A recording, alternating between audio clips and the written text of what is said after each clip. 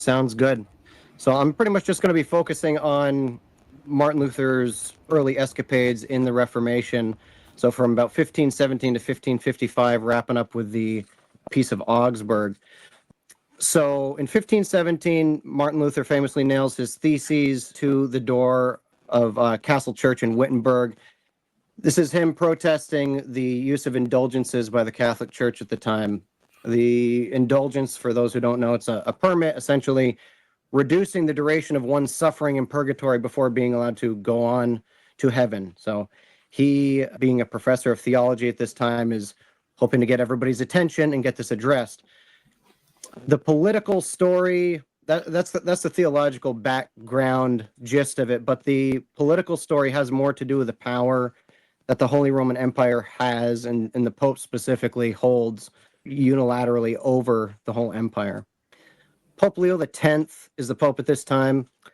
He's personally trying to renovate Rome, and he's hoping to raise money through the sale of indulgences. So that's why the indulgences become an issue at all. The Roman Catholic Church at this time controls or owns 30 to 50% of all the land in Europe. So the additional fleecing of people on their poor suffering mother in purgatory is a little much, and certainly provokes Luther to go ahead and get these issues addressed. Luther is an ordained Catholic priest at the time. Like I mentioned, he's also a professor of biblical theology. He's a preacher, and he's also a district vicar of the Augustinian order. So he pretty much oversees 11 monasteries, and he's not just some side character in this. He's wanting to draw the Pope's attention to hopefully get these theological issues addressed. He posts the theses. Nobody's really interested in debating. And then, unbeknownst to him, utilizing the printing press, people begin churning out this theses, and it just spreads all over the place, and it starts causing a stir, getting everybody's attention. Most notably, princes, electors, and other political figures start to notice, hey, this could be interesting. So he's certainly gotten everybody's attention.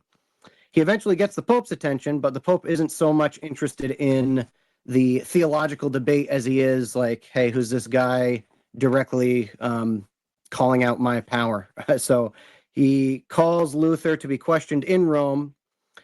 Luther's extradition is blocked by Frederick the Wise, who's the Elector of Saxony at this time. He's concerned about Luther's safety. He's afraid if he goes to Rome and is questioned and they don't like what they hear, that he's not going to come back. So they renegotiate that the hearing is to take place in Augsburg, Germany, a little closer to home.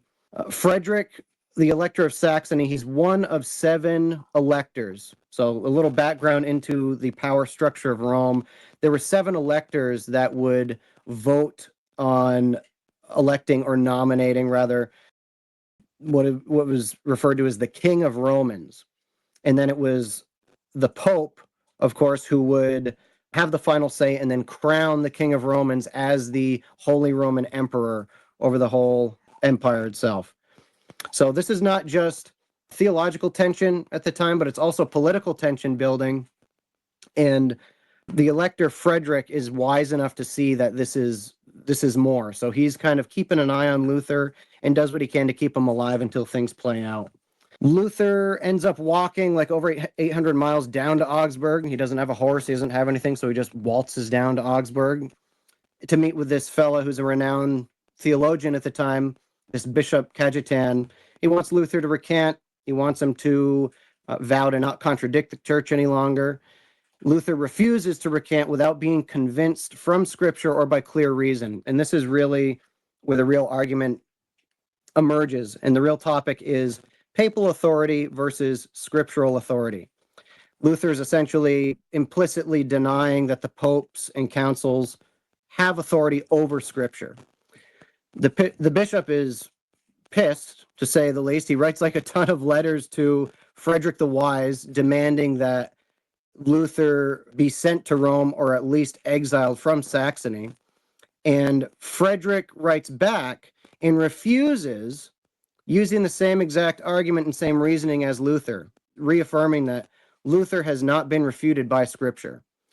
And this is really the point of no return for the Reformation. The full argument has now been presented, and the lines are essentially drawn. And it touches on this issue that ends up influencing the founding of America later on in some of the early colonies. This is popes versus emperors. This is essentially where we get the origins of separation of church and state.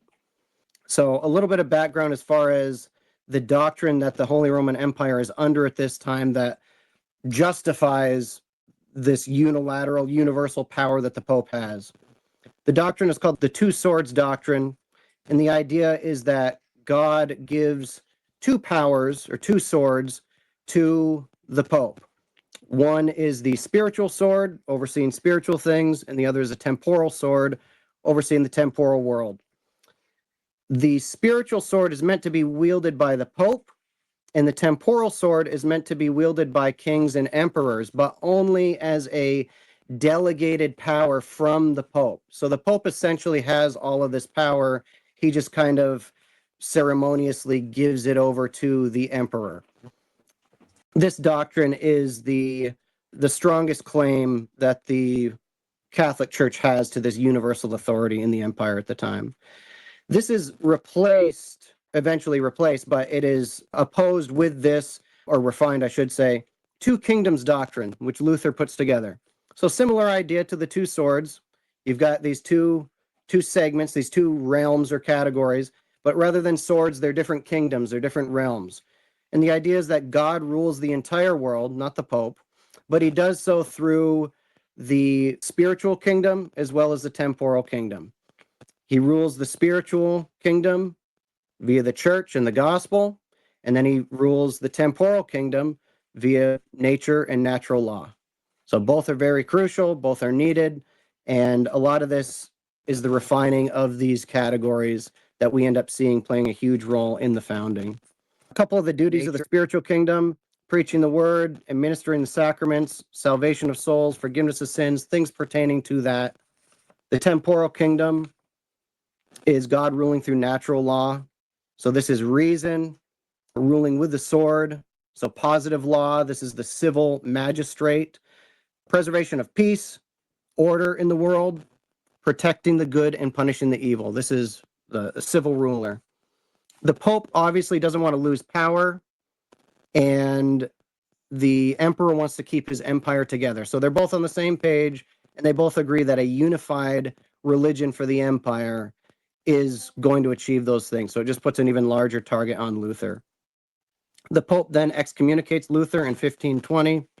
The people appeal to the emperor, and Charles calls for the Diet of Worms in 1521. So they're going to put him to the question again, and he's ordered, they have all Luther's works laid out. He is ordered to burn his works and recant. And this is where we get Luther's famous "Here I stand" statement, where he refuses. He's like, unless I can be proven wrong by scripture or by plain reason, then I need to let my position rest where it is. Emperor Charles signs the Edict of Worms, which declares Luther an outlaw at this time. So Luther can now be lawfully murdered at any time, but to save face, the emperor gives him a couple of days head start to go and run.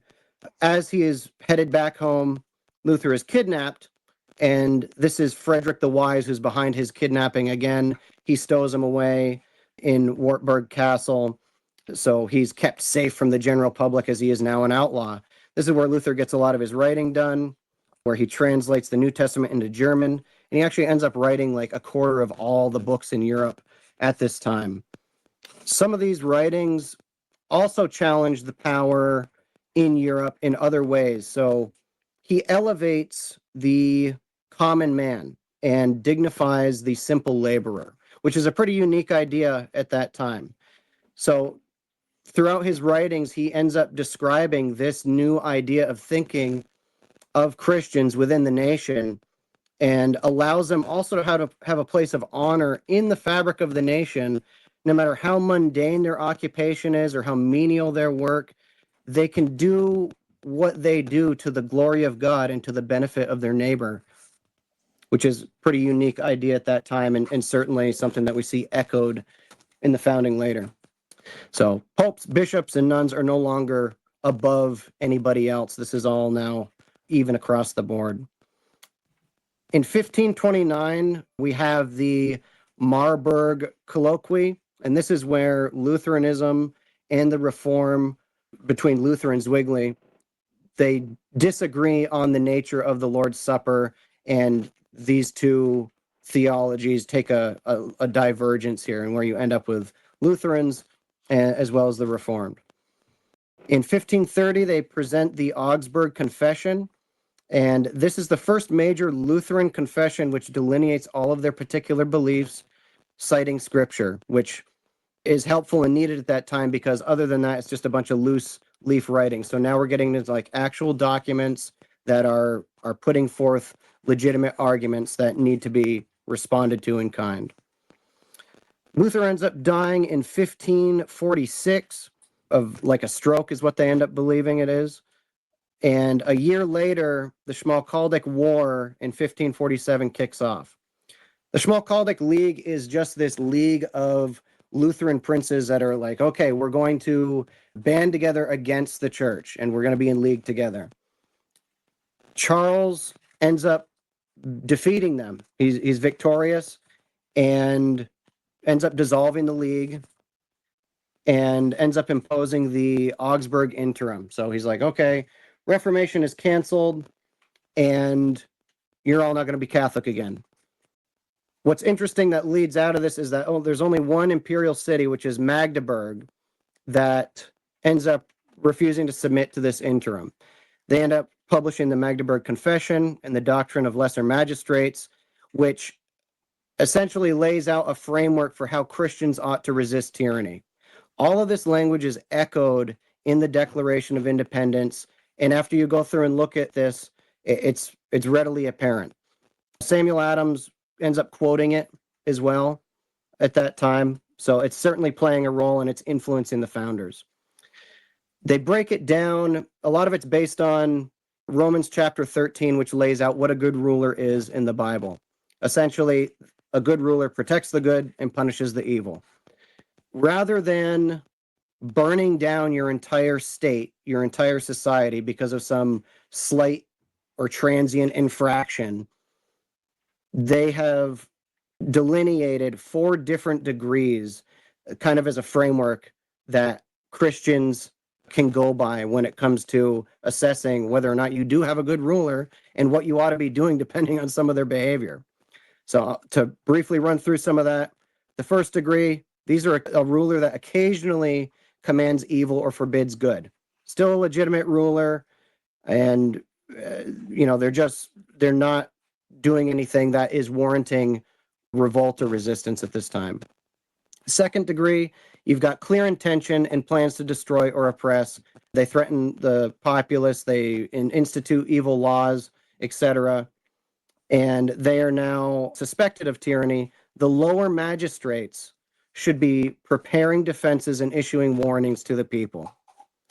The third degree, they've begun to openly persecute folks using force, imprisonment, suppression, and this is now where the ruler is titled a tyrant in act. And the lower magistrates are to actively resist as well as defend the people. And fourth degree is fully established lasting tyranny. This is systematic persecution, long-term, and destruction of the legal order.